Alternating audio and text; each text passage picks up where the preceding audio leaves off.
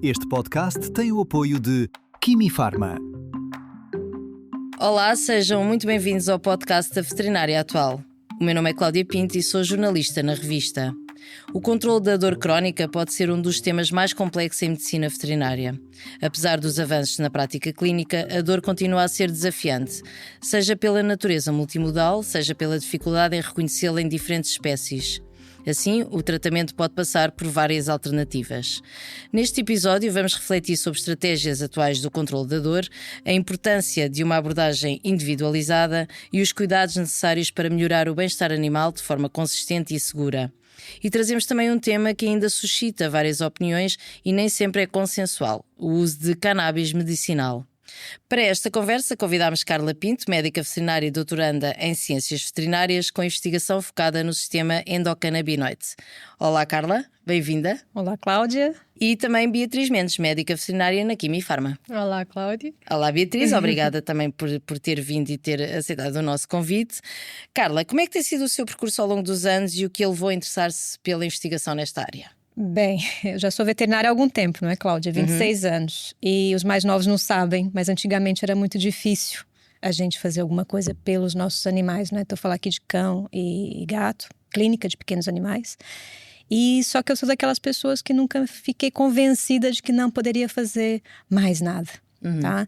E daí foi sempre a preocupação de dar maior qualidade de vida para os animais. Então, fui à procura de novas ferramentas. Aí veio a acupuntura veterinária e agora a cannabis medicinal, não é? Então, foi sempre na tentativa de dar mais opções para o meu paciente e oferecer maior qualidade de vida. Isso foi uma coisa natural, tá? Eu não fui à procura, eu acho que foi acontecendo, não é? Primeiro a acupuntura e depois, falta mais. Mas eu também gosto muito de farmacologia, tá? Isso deixo bem claro. Então, a minha abordagem é multimodal, não é só da acupuntura, não é só com cannabis, é mesmo tratamento convencional alargado e também terapias manuais, a reabilitação. E pronto, isso foi acontecendo e hoje em dia já são 12 anos de terapias exclusivas para tratamento da dor, não é? Então, mas foi algo natural, mas eu sou dona de animais. E penso sempre como é que eu poderia ajudá-los, né, a ultrapassar algumas dificuldades. Foi também sempre à procura de novas respostas, quando sempre. Não encontrava também só na medicina convencional e quase funciona aqui como um complemento. Um complemento, exato. É o que eu falo, os mais novos não sabem mesmo. Antigamente, parece até que eu sou assim idosa, mas um raio-x com contraste era difícil. Pois. Hoje em dia ele já tem TAC e ressonância magnética. Certo? Porque a evolução também foi sendo incrível. A evolução incrível. foi muito rápida. Mesmo em termos medicamentosos, eu tinha acesso a um anti-inflamatório, a cortisona, analgésicos poucos. Eu não tinha, assim, grande suporte para a minha prática clínica, não é? Mas, assim, eu não queria não oferecer mais nada. Eu tenho uma vantagem, eu formei-me no Brasil e já lá a acupuntura, por exemplo, e a fisioterapia já eram práticas clínicas correntes. Então, eu sempre fiquei com isso na cabeça e pronto, e tentei aqui fazer minha formação e oferecer para os animais, tá? Mas foi uma coisa assim mais natural que aconteceu com o evoluir da minha prática clínica, não é? A dor crónica continua a ser um dos maiores desafios na prática veterinária, a medicina humana também é assim. Quais são as maiores dificuldades em diagnosticar e tratar os cães e gatos com dor crónica? E tínhamos aqui, só com esta pergunta, tínhamos tema para um podcast inteiro. Isso era um podcast inteiro. Isso é importante a gente falar sobre isso, porque dor crônica já é doença. A gente relativiza um pouquinho a dor. Agora, a coisa mais importante, os animais não verbalizam. Não é? Nós, enquanto humanos, podemos falar, dói-me aqui, estou mal disposto, estou tonto, ou seja, nós verbalizamos. Os animais não verbalizam. Até nos pedem uma escala de 1 a 10, não é? Exatamente. Quando estamos no hospital, 1 a 10, quanto é que dói? Exato, e mesmo que nós não, ou seja, no caso, o animal, eu penso sempre numa criança, né? Num bebê que não verbaliza, porém chora. A gente tem que ter essa sensibilidade, pais, e no caso dos animais, dos tutores, eu tenho que confiar no que eles falam. Então, o grande desafio para já é perceber a dor daquele animal. Então, tem que confiar no tutor e depois ensinar subtis. Perda de apetite, o pelo, se o animal não sobe no sofazinho, se não come tão bem, são sinais assim muito sutis que às vezes passam despercebidos. E depois alguns tutores falam, já é velhinho, como se velhice fosse algo natural, porque já chegou naquela idade, mas ter dor não significa tu ser velho. E depois, o gato. O gato esconde dor. Isso pode ser novo, velhinho, e o gato é realmente mais desafiante do que um cão para fazer o reconhecimento da dor. Hoje em dia, nós temos os relatos dos tutores, uma boa anamnese e as escalas de dor, que são fundamentais para a gente tentar aqui, pelo menos assim, ver onde é que aquela dor está, o que nível. E lembrar que a dor crônica, existem vários tipos de dor crônica. Então, existem várias fases da doença. Desde a inflamatória, numa fase mais imunológica. Então, é muito complexo. O que era complexo está mais complexo ainda com o passar dos nossos estudos e aprofundamento dessa prática, não é? Eu vejo que é muito, muito complexo. Mas, primeiro, os animais não verbalizam. Até porque pode demorar depois o diagnóstico, que depois também o que há a oferecer, a dada altura, também pode não ser o mais indicado. Exato, porque, como eu disse, a dor crônica já é doença. Eu não vou ter cura. Então, eu vou ter controlo. E depois a gente foca muito no tratamento do que causa a dor. E hoje em dia a gente já sabe que não é isso. A dor crônica, por exemplo, causa processos inflamatórios. Depois, essa parte inflamatória atua na parte imunológica. Então, aqui, há uma neuroinflamação. É muito complexo. Então, tem que saber, aquela dor crônica agudizou em algum momento, não é? Então, cada fase dessa dor, o tratamento difere. E eu vou ter que ter uma sensibilidade e tenho que explicar para o tutor e para os colegas. Claro, pois. Porque realmente há alguma desvalorização, especialmente em dor muscular, os pontos gatilho, dor miofacial, que quase ninguém sabe o que é. Então, se eu vou ali na articulação, mexo, tá tudo bem, não tem dor, mas eu vou no músculo, toque e dói, acredite, dói imenso. E aí, essa dor nem anti-inflamatória atua. Não é? Então, a gente tem que ponderar. Eu acho que as universidades também deviam apostar mais em aprofundar o conhecimento da dor, principalmente da dor crônica, que é uma dor para a vida. E não é só de velhinhos. Um animal jovem, que, por exemplo, tem uma displasia coxofemoral, isso é para a vida. Então, eu tenho que prevenir, não é, que no futuro esse animal tenha o maior conforto possível. E aí vem a minha parte, né? O conforto para aquele animal. Pronto, é isso. E quem está em casa ou no trabalho a ouvir não vê aqui o sorriso da Carla quando fala destes temas, mas percebe-se que é mesmo uma área apaixonante e desafiante. É desafiante. Eu gosto muito. Aqui uma parte pessoal também, porque minha mãe tem fibromialgia. Eu acho que toda pessoa que convive com alguém que tem dor, eu penso, bem, se a pessoa tem, os também animais também têm. É uma doença muito desvalorizada e muito desconhecida. Super, que era da cabeça, não é? Hoje em dia a gente sabe que tem mecanismos neuroquímicos, não é? Neurotransmissores que estão ativados a nível central. Se o ser humano tem, por que os animais não têm, não é? Então eu não desvalorizo. Não desvalorizo mesmo. Então, para mim, é um desafio, porque às vezes é frustrante, né? Mas tento o melhor possível dar conforto para os animais e ajudar os colegas também a proporcionar isso, não é? Na sua opinião, qual é que é o papel dos nutracêuticos numa abordagem multimodal da dor em cães e gatos e em que situações clínicas podem trazer maior benefício? Olha, eu já vou dar aqui uma deixa. Os suplementos nunca são substitutos de tratamentos convencionais. Porém, eles são, assim, os aliados perfeitos. E por quê? Ao longo prazo, eu tenho que pensar na dor crônica como imagina um animalzinho que vai ficar 10 anos com algum tipo de dor. Eu vou ter que oferecer o melhor para ele. Eu não vou dar 10 anos de anti-inflamatório, 10 anos de opioides. E os nutracêuticos entram aqui, tá? Então, ele vai me ajudar a diminuir resgate de analgésico, a potencializar o efeito de um anti-inflamatório. Então, eu acho que é muito importante. O que vai diferenciar qual tipo de suplemento que eu utilizo é o tipo de dor que eu estou a tratar e a fase daquela dor crônica, tá? Então, se é uma fase mais inflamatória, eu uso um suplemento. Se for uma fase mais imunológica, eu uso outro. Uma agudização, eu utilizo outro. Eu, por exemplo, adoro ômegas. No caso, o canabidiol, que pode ser utilizado como suplemento, mas em Portugal a gente tem aqui algumas regras. O PEA, que é uma coisa que quase ninguém sabe que é para dor, talvez porque houve um produto que utilizou para prurido, e não, a gente também trata prurido e dor. porque também atua na via da dor. Então, eu acho que são suplementos que eu utilizo mais, aliás, e acho que serve como uma muleta, talvez, né? Uma ajuda no meu tratamento. Não substitui, mas ajuda. E há restrições, ou seja, ou pode ser, é muito personalizado, já percebi, Muito. mas em termos de evidência e de situações em que podem ser utilizados, são situações transversais. Não há um impedimento ou há algumas restrições a essa toma? Olha, assim, em relação a ômegas, que é o que eu utilizo mais até numa fase inflamatória, por exemplo, de uma osteoartrite, a única coisa que a gente tem que tomar cuidado é a dose que a gente usa. Doses pequenas não funcionam tão bem. São doses grandes. Aí vem a questão. O ômega é um suplemento que dá tanto para a pele, como suporte cognitivo, para a inflamação articular, mas a dosagem vai alterar, não é? E então a gente tem que ver que é uma dosagem alta e imagina uma dor articular, então tem que focar nisso. O CBD, que muita gente tem utilizado, é natural. Se as pessoas soubessem que ele inibe certas enzimas no fígado, é metabolizado no fígado, eu não posso dar em conjunto, por exemplo, com um anti-inflamatório na mesma hora, ou com um analgésico, eu tenho que ter cuidado. Então, daí a questão não é é natural, não faz mal. Ok. E o PEA, por exemplo, que é desvalorizado, porque é só para prurido, para comichão, para atopia.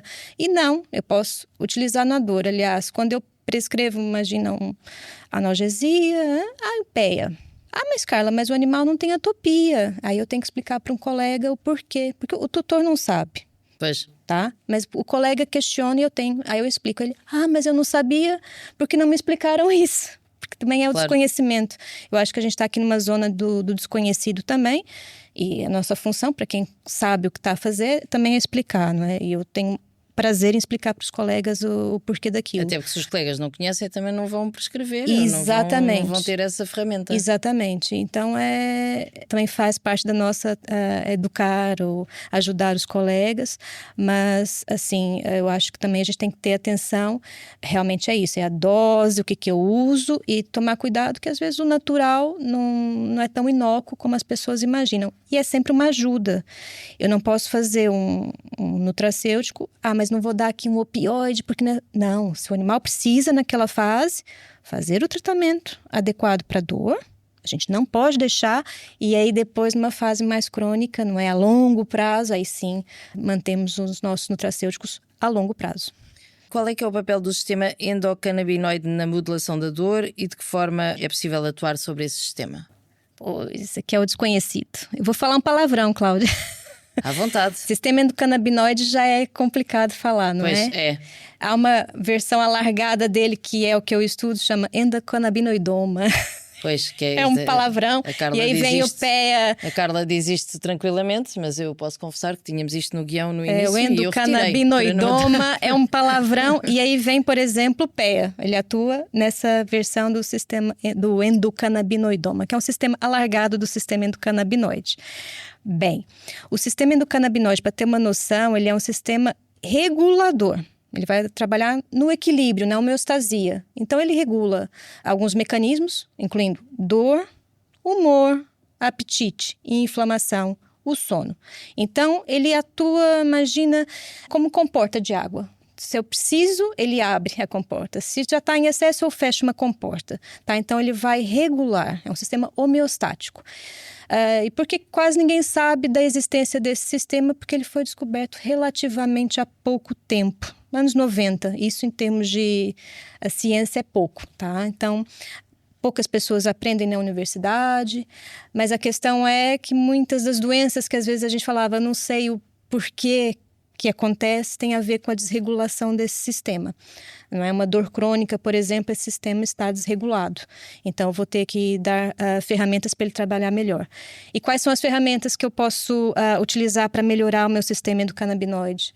Alimentação, exercício físico, por exemplo, atuam nesse sistema. E depois, os canabinoides, o PEA, que não é fitocannabinoide, não vem da cannabis, como muita gente acredita, também ele atua nesse sistema. Sono, então o estilo de vida conta. Então, para os nossos animais também vai contar, porque não adianta eu trabalhar só com umas gotinhas, como as pessoas querem, e não oferecer, por exemplo, um exercício físico. E o exercício físico não é colocar o animalzinho a fazer grandes coisas, é passear com ele, deixar ele cheirar, explorar. E muita gente não faz isso Também quando os é bom animais para os são tutores, idosos. eu vejo muito isso, acabam por passear e por caminhar os dois. É bom para o tutor e é bom para o animal. Exatamente. O gato é mais difícil. Pois, Ah, sim. e aí a gente tem que brincar com esse animal, né? Oferecer ali uns truquezinhos, porque se eu não fizer nada, esse sistema ali fica inativo. Mas sim, o sistema endocannabinoide é um grande sistema que eu falo de regulação, é a nossa orquestra. Se um instrumento desafina, a música desanda. É o que eu gosto de explicar. A nossa orquestra interna é o sistema endocannabinoide. E é bom assim que as pessoas rapidamente percebem do que é que estamos a falar. É, porque com como é esse muito exemplo. complexo, é difícil, é uma coisa nova.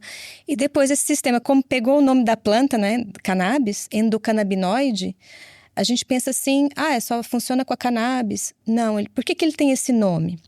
Porque nos anos 60 descobriram como é que as moléculas atuavam no corpo. Só não sabiam onde é que elas atuavam. Mas o THC, não é, que é a molécula psicotrópica da marihuana, ela foi descoberta, o Dr. Rafael Michelin viu o que causava nas pessoas, mas ninguém sabia onde é que essas moléculas se ligavam. E só depois descobriram o sistema endocannabinoide. Então deram um nome, cannabinoide. Muita gente acha, não é? Mas podia ser sistema de regulação homeostático, por exemplo, do corpo. Mas sou estranho realmente, mas acreditem que ele tem muitas funções. Tá? Então, e já é uma dica para o humano, façam exercício, alimentem-se bem, que assim a gente também vai atuar nesse sistema. E com base na sua experiência, em que tipos de pacientes ou condições clínicas tem recorrido a produtos à base de canabinoides, nomeadamente o CBD e o THC? É isto, não é? Isso. E que resultados têm observado ao nível da dor e da qualidade de vida? Olha, eu posso dizer que eu tive um antes e um depois. Eu com a acupuntura, eu chego em muitos lugares. Tá? Para mim, a acupuntura é meu carro-chefe e realmente a acupuntura trata qualquer tipo de dor de origem, mas ela trata a dor. A cannabis, por exemplo, veio para tratar modular o sistema endocannabinoide. E enquanto a acupuntura atua no sistema opioide, o endógeno que a gente tem no nosso corpo, a cannabis atua no sistema endocannabinoide endógeno também. Nós também temos, nós produzimos os nossos próprios canabinoides, ok? E aí vem o PEA, atua aí. Ele vai falar, por exemplo, para o meu cannabis interior chamado anandamida, olha mais um nome difícil, não é?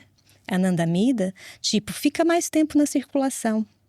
E a anandamida é o nosso THC natural. O THC é a molécula psicotrópica da marihuana. E o que ela oferece? Alívio da dor, relaxamento, melhora o sono. E o CBD também entra aí. O CBD também faz com que os nossos endocannabinoides fiquem mais tempo na circulação. E também vai bloquear sinais, por exemplo, excitatórios. Bloqueia o extravasamento de cálcio, do GABA. Então, atua na dor também. E é muito bom para dor neuropática, o CBD. Por isso é o que eu falo, houve um antes ou depois, porque eu utilizo os dois em conjunto e acho que há aqui uma boa junção da acupuntura com os canabinoides, tá? Então, eu acho que o tal teve o antes e depois, sendo que, já vou avisar os colegas, o THC, principalmente para cães, nós temos que utilizar com muito cuidado. Hoje em dia nós temos disponíveis produtos, extratos em farmácia, humanos. Nós podemos utilizar off-label, mas sempre com cautela em cães, porque eles são mais sensíveis à molécula, então é sempre com um apoio e bastante apertado com aquele animal, e isso é utilizado só em situações onde nada jamais, Ou seja, oncológicos. já experimentou outras alternativas e entretanto, vamos fazer mais Alguns animais não conseguem, não toleram já anti-inflamatórios e analgésicos, principalmente opioides. Não toleram, tá? E os gabapentinoides. E eu vou falar o quê? Já não há mais nada a fazer? Impossível, tá vendo? Eu sou isso, impossível. Porém, é uma frase muito usada em medicina humana e que eu particularmente não gosto. Acho que há sempre alguma coisa a oferecer. Exato, nem que seja o conforto para aquele paciente através de uma medicação mais forte, mas tudo bem. O paliativo, né, que é a área que eu também atuo. Mas há sempre alguma coisa a fazer. Agora, o THC, alguns colegas querem utilizar como analgesia de primeira escolha e não é. Ok? Então, primeiro eu vou tentar a analgesia normal e depois Vou utilizar o THC, por exemplo. Animais que não estão hiporéxicos, não comem, ele abre apetite. Então, isso é importante também. Animais oncológicos, não é? Náuseas. Mas isso são casos que eu falo mais ali, é uma pequena percentagem, ok? Então, primeiro começo com o que tem mais evidência, o que tem mais suporte de estudos, que isso é importante também, que é o CBD, o PEA, pronto. Então, acho que é o que eu utilizo mais. Então, o carro-chefe é dor, tá? Para a utilização desses compostos. A utilização de canabinoides em animais de companhia está enquadrada de forma diferente em Portugal e no Brasil. Já falou aqui um pouco de algumas coisas que chegaram mais cedo ao Brasil, como aliás já têm dito outros convidados, que em Portugal as coisas acabam por chegar um pouco mais tarde. Quais são as principais diferenças legais e que cuidados devem os médicos veterinários ter antes de recomendar ou utilizar estes produtos? Olha, com a cannabis, eu acho que Portugal está um pouquinho à frente em termos regulatórios na humana. Ok?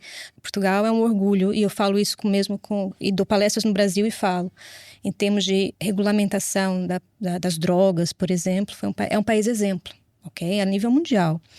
E, por exemplo, a marihuana aqui, ela saiu de um contexto criminal, jurídico, para passar para a saúde pública. Isso é muito importante. No Brasil ainda é jurídico, ainda discriminam muito. É em medicina humana? Humana. Na veterinária, o que acontece? Isso extrapola também para a veterinária lá, não é? Então, eles querem utilizar e estavam proibidos. Tinham que entrar na justiça. Ou seja, é quase que é ingrato, porque os meus colegas queriam utilizar e não podiam. Podiam até ser presos, processados. E então, o que eles fizeram, que eu acho muito interessante, é que eles estão a regulamentar com pés e cabeças a cannabis medicinal veterinária, ok? Aqui em Portugal, nós desde 2018, com o Infarmed, nós temos uma parte da lei muito interessante com a cannabis, já era autorizado para a humana, mas esqueceram da veterinária, certo? E a DEGAV autorizava a plantação de cânhamo, o Infarmed de marihuana. Aí pergunta, qual é a diferença? Tem a ver com os níveis de THC. A marihuana tem altos e o cânhamo tem baixos. Só que em 2024 a DEGAV proibiu as florzinhas de cânhamo, que é onde tem o CBD. Não é na semente, é na florzinha. E isso alterou aqui algumas coisas em Portugal. Em Portugal, o Infarmed viu que faltava a parte veterinária e posso dizer que nós não temos aqui medicamentos veterinários com CBD ou com THC. Porém, é o Infarmed. Se um dia for ter, é o Infarmed que vai autorizar. Vai ser o primeiro medicamento veterinário autorizado pelo Infarmed. O que é estranho para a gente, não é? Porque nós, quem regula é a DEGAV, Ministério da Agricultura. Isso foi passado para o Infarmed. Porém, o Infarmed fez uma coisa que eles autorizam. Então, em Portugal, nós podemos fabricar medicamento veterinário. E outra coisa interessante, que autorizam pesquisas. E no Brasil, as pesquisas eram extremamente dificultadas por uma questão tabu, que lá é mais difícil, a parte jurídica lá é muito apertada, mas algumas faculdades lá já têm plantação, já estudam muito, já têm pós-graduação, já fazem na graduação o ensino do sistema endocannabinoide. Então, eles têm lá a vida mais dificultada e talvez por isso eles foram atrás. Então estão mais adiantados nisso. Então os futuros médicos veterinários também estão muito mais informados do que acontece cá, porque Sim. A nível de academia há esse ensino. Sim. Que é uma coisa que em Portugal ainda não está implementado. Não tá, e depois assim, isso ali é aquelas gotinhas que vendem naquela loja que vende produtos de cannabis, não é? E a tal desvalorização. Porque você tem ali, isso é uma coisinha, uma gota. E não é. Não é. Aliás, eu debato muito com isso. Também não é um tema nada consensual, não é? Imagino Não. que no dia-a-dia para a Carla também não seja fácil esta questão porque é um pouco desacreditado. Exatamente. Porque há desconhecimento, é isso? Porque depois eu falo, se calhar vamos utilizar cannabis. Não, já usei e não funciona. E eu falo, como é que usou? Que produto utilizou? Tinha qualidade?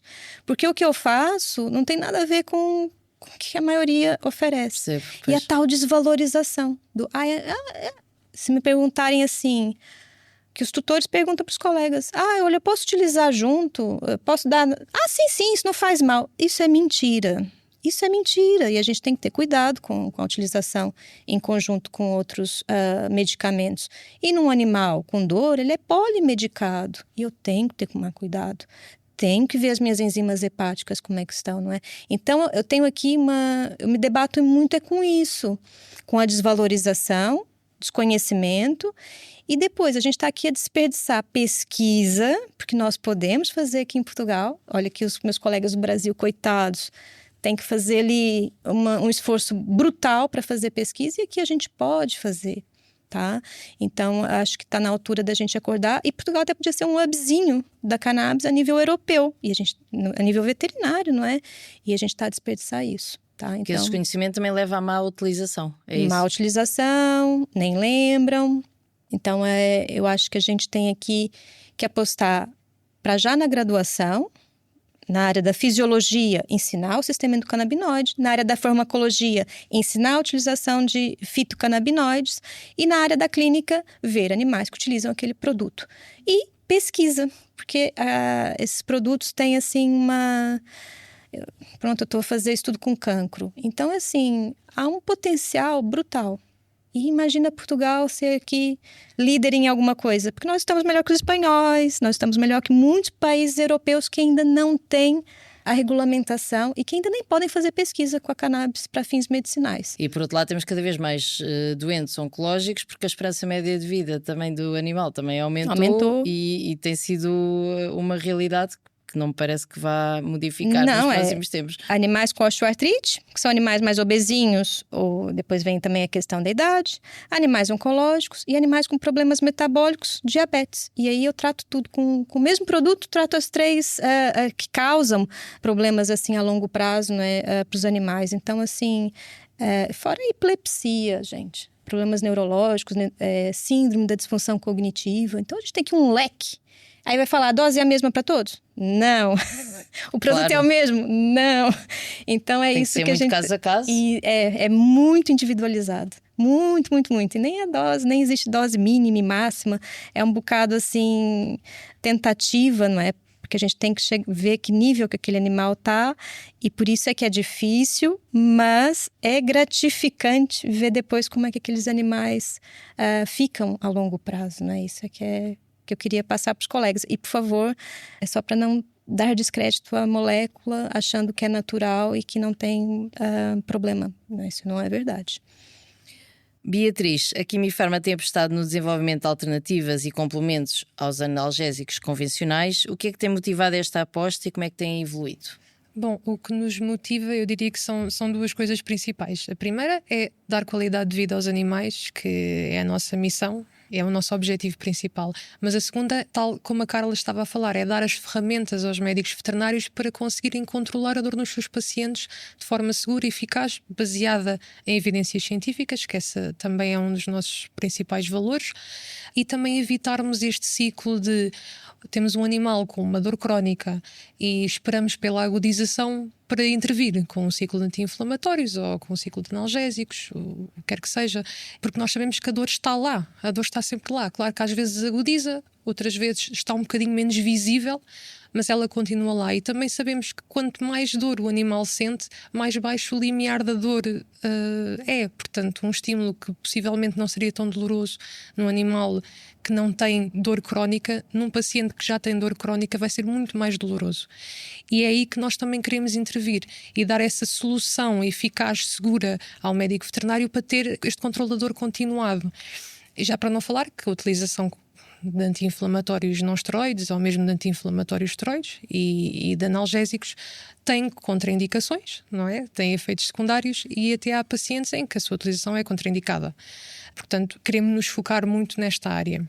E foi exatamente neste contexto que desenvolvemos o Quimiplex, inicialmente até em cápsulas, com óleo de cânhamo e com a PE, uma molécula que é fantástica e temos tido excelentes resultados. Mas isso para nós também não bastou. porque ouvimos muito o feedback dos clínicos e havia muitos veterinários a utilizar, por exemplo, nas gengivostomatites crónicas em gatos. Só que, apesar de ser uma doença multifatorial e haver muitas coisas envolvidas, são animais que estão constantemente com dor. E administrar cápsulas ou comprimidos é muito complicado. Com aquelas bocas, coitados, eles sentem mesmo muita dor. E nós sabíamos a importância de utilizar a PEA nestes animais, porque existem estudos que nos indicam que estes animais que têm gengivostomatite crónica, a sua mucosa oral inflamada também tem uma maior percentagem de receptores endocannabinoides do que aqueles que têm uma mucosa oral saudável. Portanto, claramente o sistema endocannabinoide era algo que nós queríamos utilizar para modular a dor nestes animais. Então, o que é que fizemos? Criámos o Quimiplex líquido, mais fácil de administrar, mais palatável, com uma formulação melhorada e pensada também em casos em que existe mais inflamação. Juntámos-lhe o extrato de boswellia, o extrato de gengibre, para potenciar aqui a modulação da inflamação.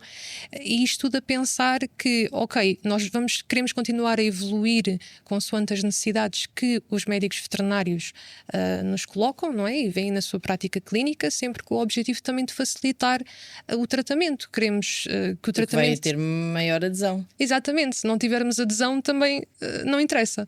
Queremos coisas que sejam palatáveis, fáceis de administrar e práticas, tanto para o tutor como para o médico veterinário, para termos a certeza que existe esta tal complacência de tratamento. E é isto que realmente nos leva sempre a evoluir. Olhando para o futuro, acredita que os canabinoides poderão ocupar um lugar mais relevante na medicina veterinária? E existe alguma investigação, regulamentação e formação que sejam necessárias? Já percebemos que sim, pela conversa com a Exato. Carla, mas para que a sua utilização seja mais segura e baseada na evidência? Sim, eu tenho a certeza que eles vão ter muita relevância na medicina veterinária e o trabalho da Carla tem sido essencial e vai continuar a ser essencial para a evolução da utilização deste tipo de produtos. Mas realmente ainda falta muita investigação, falta mais, não diria mais investimento, mas mais interesse em investigar, porque precisamos de mais dados sobre as diferentes espécies. Um cão não é igual a um gato, podemos extrapolar um bocadinho, mas não é a mesma coisa. As doses têm que ficar mais bem definidas, porque nós não temos ainda bem a noção do que devemos utilizar, quando devemos utilizar, e temos que ter produtos que sejam padronizados. A questão a nível de regulamentação é que eu acho que estamos aqui um bocadinho numa zona cinzenta, porque a DGAV o que nos diz é: não podemos utilizar canabidiol em alimentos para animais, portanto em alimentos pode ser suplementos ou mesmo alimentação. Ok, tudo certo, mas então, e onde é que podemos utilizar? Não podemos utilizar. Pois, nós sabemos melhor o que não podemos também fazer. Não é grande. Exatamente. Ou não é nenhuma. Exato. Temos que ter aqui uma alternativa, uma via para regulamentar a utilização deste tipo de produtos na medicina veterinária. Senão estamos sempre assim, porque depois os tutores acabam por adquirir este tipo de produtos na internet. Pois, há pouco pensei nisso. Até as pesquisas que podem fazer, hoje em dia há muito mais possibilidades do que há uns anos. Eu já cheguei a atender uma tutora que me chegou com 3 frasquinhos de marcas diferentes e me perguntar qual é o melhor. E eu assim, não sei. Porque nós temos centenas, não é? Centenas. Claro. E a gente tem que lembrar que a cannabis é uma planta, é um ser vivo, que pode ter fungo, pode ter bactéria. E o cânhamo chupa tudo do solo. Então pode chupar metais pesados. Então não quer dar um chumbo para aquele animal, nem mercúrio. E as pessoas estão...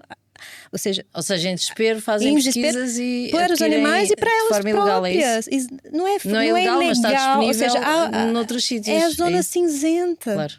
E lembrar que a União Europeia, o CBD pode ser considerado novo alimento. Então a gente tem aqui uma diretiva europeia que fala uma coisa e a portuguesa que fala outra, por causa do Infarmed. Então, aqui...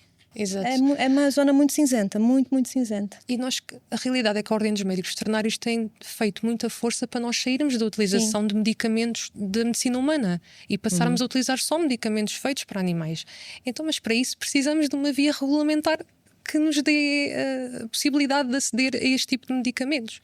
E é isso. Depois, a nível de formação, os veterinários realmente, neste momento, penso que falo pela maioria, porque eu também estou incluída, não temos formação neste tipo de produtos, na utilização deste tipo de produtos, nem no sistema endocannabinoide de todo. Portanto, vamos precisar de saber distinguir muito bem o que é CBD, o que é THC, o que é PEA, o que é o óleo de cânhamo, o que é o óleo de sementes de cânhamo. também é diferente. O óleo full spectrum também, que agora está na moda na medicina humana. E precisamos de mais informações, precisamos de produtos padronizados, precisamos de dosagens concretas, precisamos de análises para metais pesados, contaminantes, farmacovigilância e tudo isso. Mas sim, definitivamente vai ter o seu papel, mas quando estiver devidamente regulamentado. Carla, estamos mesmo a terminar esta conversa, mas gostava de lhe perguntar, e imagino que tenha vários casos marcantes, mas se houve algum que a marcou particularmente com o recurso a estas alternativas? Olha, vários me marcaram. Eu estava aqui a pensar, eu posso falar de 2, um é rápido. Logo no início, né, já há muitos anos atrás, e que a gente não sabia a dose. Quase não sabia. Há uma dose mínima que a gente utiliza no início de um tratamento. E eu me guiava pela dose de Cornell, da Universidade de Cornell dos Estados Unidos. E os colegas eram muito... Ninguém sabia o que era. Estou a falar já de quase 10 anos atrás. Quando os primeiros produtos com CBD foram colocados no mercado. E eles utilizavam uma dose muito baixinha mesmo. Tá? Quando eu falo, é 10 vezes mais baixa do que a dose mínima que eu uso atualmente. Então é mesmo baixa. E um cãozinho oncológico, ele estava mesmo muito, muito mal. E a tutora não queria fazer eutanásia. Tá? Era um cão mesmo, paliativo. E ela me ligou no sábado à tarde. Carla, o que eu faço? E ela tinha, porque eu prescrevi, um produto com CBD. E eu naquele meu... Assim, falei, olha, dona Fernanda, dá os X gotas. Eu sei que era 10 vezes o máximo. Eu pensei, bem, o cãozinho vai relaxar... E pode ser que durma, não é? E que, pronto. E ela deu. No dia seguinte, ela me liga. Carla, aconteceu um milagre. Ele tá a andar e tá a comer. Isso pra mim foi o choque. E eu pensei, ok, isso faz alguma coisa. Pois. Tá? Pra ninguém falar assim, não. Porque eu sou, apesar de tudo, eu sou algo cética. Quando tem muito milagre, eu sou assim... E eu, ok. E foi a partir desse cão que eu comecei a desenvolver. Porque não é normal, ele não fez mais nada, ele só fez aquilo. E a dose que ele fez 10 vezes mais era a dose, teoricamente, a dose correta. Que é o que a gente utiliza hoje em dia. Então, eu vi com ele que houve essa melhora. Obviamente que foi num curto espaço de tempo, mas deu para a tutora refletir e depois pedir uma eutanásia humanizada. Em casa, tudo direitinho.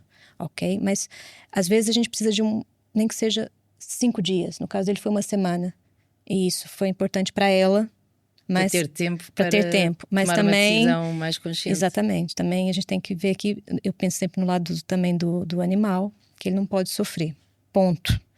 E aí eu pensei, ok. E hoje em dia vejo e falo, eu usei a dose correta, não é? Entre aspas. E tava com medo. Quando eu falei, dar 10 vezes, não é? Então, ok, vi. E depois o último foi uma gatinha... também oncológica. Ela tinha um problema muito grave e, para ter uma ideia, o tipo de tumor eram 2, 3 meses de vida. Ela teve 7 meses com qualidade de vida e no último dia a tutora me liga e fala, ela estava internada, a gata, e fala, Carla, eu esqueci de levar as gotinhas. E eu, não há problema, olha a preocupação dela. E ela, ela precisa das gotas. Eu falei, não leva ela, é que eu não posso mais levar. E ela ficou com isso, sabe? Do não ter levado as gotas para o internamento. E isso, ok, faz com que eu continue a utilizar e realmente os tutores veem a diferença, tá? Não vai curar, não é um milagre, porém realmente devolve uma dignidade e qualidade de vida para aqueles animais, tá? Em fim de vida. Muito obrigada. De Uma nada. ótima mensagem para terminar. Obrigada, Carla. Obrigada, Beatriz. Obrigada. Foi mais um episódio do podcast Veterinária Atual. Obrigada por ter acompanhado. Contamos consigo num próximo episódio. Até lá, siga-nos nas redes sociais e acompanhe as novidades da edição em papel e na newsletter semanal. Este podcast tem o apoio de Quimifarma.